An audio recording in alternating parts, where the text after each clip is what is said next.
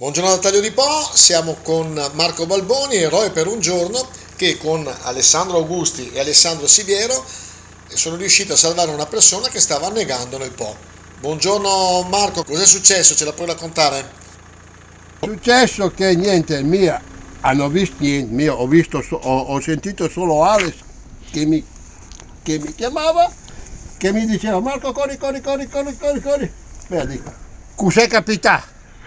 Dice, anche uno che ha sevuto un po'. Vabbè, dico, ascolta, mettimi in moto di calandinatore, dico. Perché c'era stato un signore che l'aveva segnalato, Sì, che l'aveva visto tutta. Era stato Alessandro, non so più come si chiama cognome, capito? Alessandro Augusti, appunto. Aveva capito la malparata del tizio, hai capito? Ecco, E infatti ha attraversato il ponte, è ritornato indietro. voi siete partiti da qua, vero? Sì. Quindi faccio vedere. Siamo partiti da lì.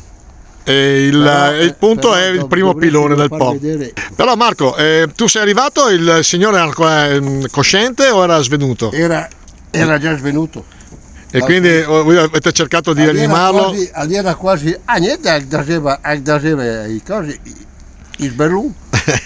E dici che la sua fortuna è stata che aveva il giubbotto. Il giubbetto alla chiubotta. Diciamo, chiamiamola una giacca a vento. Sì. Il giubbetto imbottito con l'interno di sintetico l'ha salvato. E tu hai avuto contatto con la famiglia, mi dicevi che volevano ringraziarti? No. Dovrei avere un contatto perché il papà, hai capito? E allora ha dato il mio numero di telefono e mi chiamerà per farmi i ringraziamenti, capito? Quello lì. Ma eroe per un giorno, ti senti eroe? No, mi sento un poveretto come prima.